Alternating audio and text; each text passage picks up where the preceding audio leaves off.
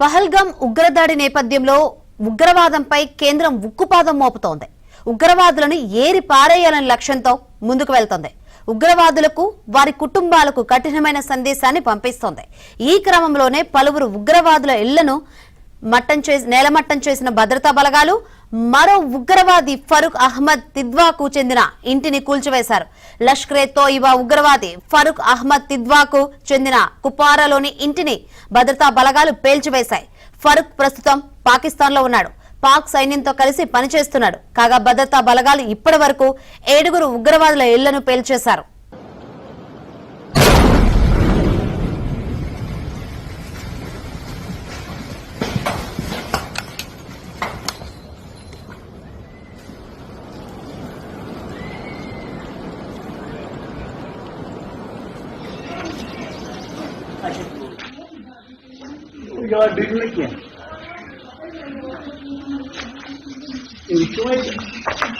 కుప్వారా నివాసి అయిన ఫరూక్ అహ్మద్ తిద్వా నిషేధిత ఉగ్రవాద సంస్థ లష్కరే తోయిబాలో క్రియాశీలకంగా పనిచేస్తున్నాడు.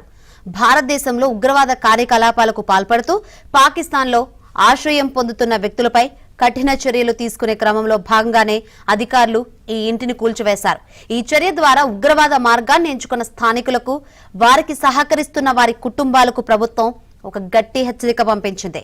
దేశ వ్యతిరేక కార్యకలాపాలకు పాల్పడితే తీవ్ర పరిణామాలు తప్పవని వార్నింగ్ ఇచ్చినట్లయింది.